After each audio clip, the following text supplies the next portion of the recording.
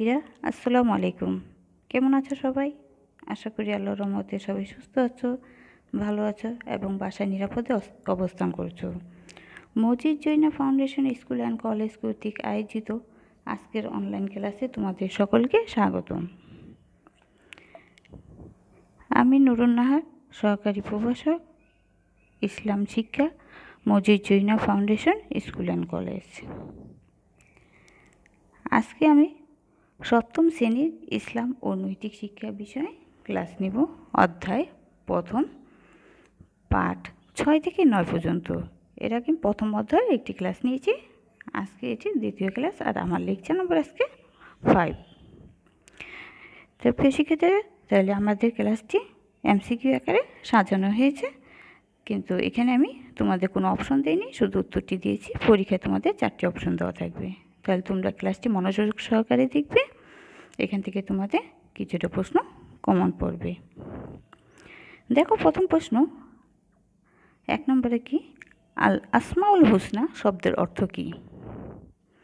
সঠিক উত্তর হবে আল্লাহর গুণবাচক নামসমূহ। আল আসমাউল হুসনা অর্থ হচ্ছে আল্লাহর গুণবাচক নামসমূহ। 2 নম্বর প্রশ্ন, গাফফার শব্দের অর্থ কী? সঠিক উত্তর হবে ক্ষমাশীল। গাফফার শব্দের অর্থ হচ্ছে ক্ষমাশীল। 3 নম্বর প্রশ্ন, আজিজুন শব্দের অর্থ কী? সঠিক উত্তর হবে মহা পরাক্রমশালী। আজিজুন শব্দের অর্থ হচ্ছে মহা পরাক্রমশালী। 4 নম্বর প্রশ্ন, আল্লাহ খাবিরুন। আল্লাহ খাবিরুন অর্থ কী? আল্লাহ সব কিছু জানেন, সব কিছুর খবর রাখেন। 5 নম্বর প্রশ্ন, সাবুরুন শব্দের অর্থ কী? সঠিক উত্তর হবে মহা ধৈর্যশীল। সাবুরুন অর্থ হচ্ছে মহা ধৈর্যশীল। 6 নম্বর প্রশ্ন, আল্লাহ তাআলা কতগুলো গুণবাচক নাম রয়েছে? সঠিক উত্তর হবে 99টি। আল্লাহ তাআলার 99টি গুণবাচক নাম রয়েছে।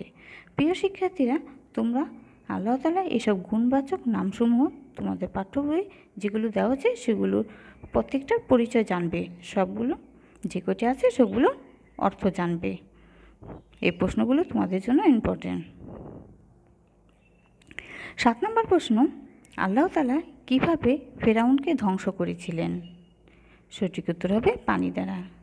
ফেরাউনকে পানির ভিতর মারা হয়। 8 নম্বর প্রশ্ন, রিসালা শব্দের অর্থ কী? সঠিক উত্তর হবে সংবাদ বহন। রিসালা শব্দের অর্থ হচ্ছে সংবাদ বহন। 9 নম্বর প্রশ্ন, কারা রিসালাতের দায়িত্ব পালন করেছিলেন? সঠিক উত্তর হবে নবী রাসূলগণ। রিসালাতের দায়িত্ব পালন করেছেন নবী রাসূলগণ। 10 নম্বর প্রশ্ন, নবী রাসূলগণ মানুষকে কোন পথে পরিচালিত করেছেন? সঠিক উত্তর হবে সত্য ও ন্যায়ের পথে। আল্লাহ তাআলা নবী রাসূলগণকে রিসালাতের দায়িত্ব দিয়েছেন। নবী রাসূলগণ কি মানুষকে সত্য ন্যায়ের পথে আহ্বান করেছেন। 11 নম্বর প্রশ্ন, নবী রাসূলগণের প্রতি বিশ্বাস স্থাপন করা কি? সঠিক উত্তর হবে ফরজ। নবী রাসূলগণের প্রতি বিশ্বাস স্থাপন করা কি আমাদের জন্য ফরজ। 12 নম্বর প্রশ্ন, ওহী শব্দের অর্থ কী? সঠিক উত্তর হবে ইশারা। ওই শব্দের অর্থ হচ্ছে ইশারা করা, ইঙ্গিত করা। প্রিয় শিক্ষার্থীরা, 13 নম্বর প্রশ্ন দেখো, মহান আল্লাহর পক্ষ থেকে নবী রাসূলগণের নিকট প্রেরিত সংবাদ বা বাণীকে কি বলে? সঠিক উত্তর হবে ওহী। আল্লাহর পক্ষ থেকে নবী রাসূলগণের নিকট যে সংবাদ প্রেরিত হয় বা বাণী প্রেরিত হয় সেটি হচ্ছে কি ওহী। 14 নম্বর প্রশ্ন, ওহী প্রধানত কত প্রকার? সঠিক উত্তর হবে 2 প্রকার। ওহী প্রধানত 2 প্রকার। 15 নম্বর প্রশ্ন, প্রধান ওহীবাহক ফেরেশতার নাম কি? প্রধান ওহীবাহক ফেরেশতার নাম কি? সঠিক উত্তর হবে হযরত জিবরাইল আলাইহিস সালাম। জিবরাইল আলাইহিস সালাম কি নবী রাসূলগণের কাছে ওহী নিয়ে আসতেন, আল্লাহর বাণী নিয়ে আসতেন। 16 নম্বর প্রশ্ন, তুর পাহাড়ে আল্লাহ তাআলা কোন নবীর সাথে কথা বলেছেন?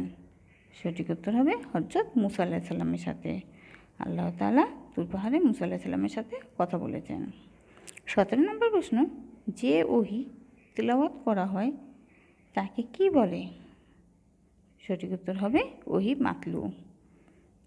যেমন কোরআন মাজিদ, কোরআন মাজিদকে আমরা নামাজে তিলাওয়াত করি, এটি প্রতিনিয়তই কি তিলাওয়াত করা হয়, এটি হচ্ছে ওহী মাতলু। 18 নম্বর প্রশ্ন, মহানবী সাল্লাল্লাহু আলাইহি সাল্লামের বাণী, কাজ ও অনুমোদনকে কি বলে? সঠিক উত্তর হবে হাদিস। রাসূল সাল্লাল্লাহু আলাইহি সাল্লাম যে কথা বলেছেন, যে কাজ করেছেন এবং যেগুলো করতে সম্মতি দিয়েছেন সেগুলি কি হাদিস। 19 নম্বর প্রশ্ন, হাদিস কোন ধরনের ওহী? সঠিক উত্তর হবে ওহী গায়র মাতলু। 20 নম্বর প্রশ্ন, ওহী সরাসরি কার পক্ষ থেকে নাজিল হয়? সঠিক উত্তর হবে আল্লাহ তাআলা।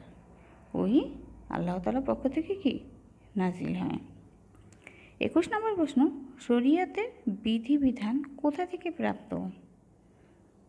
সঠিক উত্তর হবে ওহী। শরীয়তের বিধিবিধান ওহী থেকে প্রাপ্ত।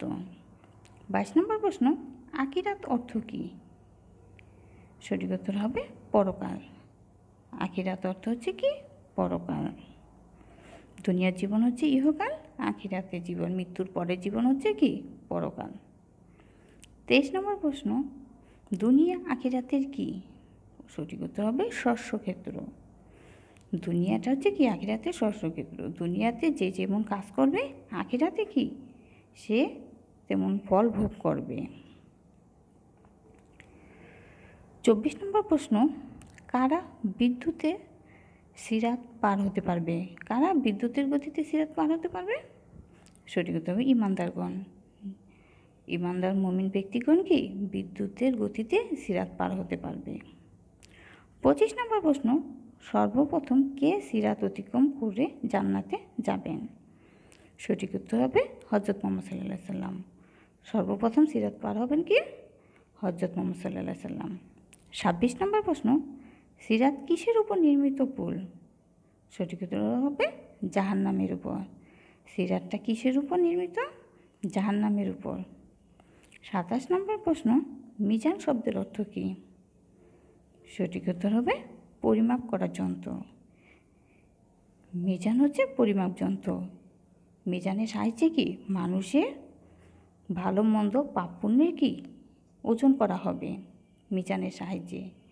যার আমলের পাল্লা ভারী হবে সে জান্নাতে যাবে, আর যার পাপের পাল্লা ভারী হবে সে কি জাহান্নামে যাবে। এই মিজানের সাহায্যে কি পাপ পুণ্য ওজন করা হবে। 28 নম্বর প্রশ্ন, হাসরের মাঠের বিচারক কে হবেন? সঠিক উত্তর হবে আল্লাহ তাআলা। হাসরের মাঠে আমাদের দুনিয়ার যাবতীয় কাজের হিসাব নেবেন কে? আল্লাহ তাআলা। 29 নম্বর প্রশ্ন, মৃত্যুর পর পুনরায় জীবিত হওয়াকে কি বলে? সঠিক উত্তর হবে পুনরুত্থান। মৃত্যুর পর পুনরায় আমাদের কিয়ামতের দিন হাসরের মাঠে কি উঠানো হবে, তখন আমাদের কি বিচার ফয়সালা করা হবে, সেই দিনটি হচ্ছে পুনরুত্থান। তা প্রিয় শিক্ষার্থীরা, তোমরা এই ক্লাসটি ভালোভাবে অনুশীলন করবে, পরীক্ষার জন্য ভালোভাবে প্রস্তুতি নিবে। ইনশাল্লাহ তোমরা পরীক্ষায় ভালো করতে পারবে। তো সবাই ভালো থেকো, সুস্থ থেকো। আল্লাহ হাফেজ। আসসালামু আলাইকুম রহমতুল্লাহ।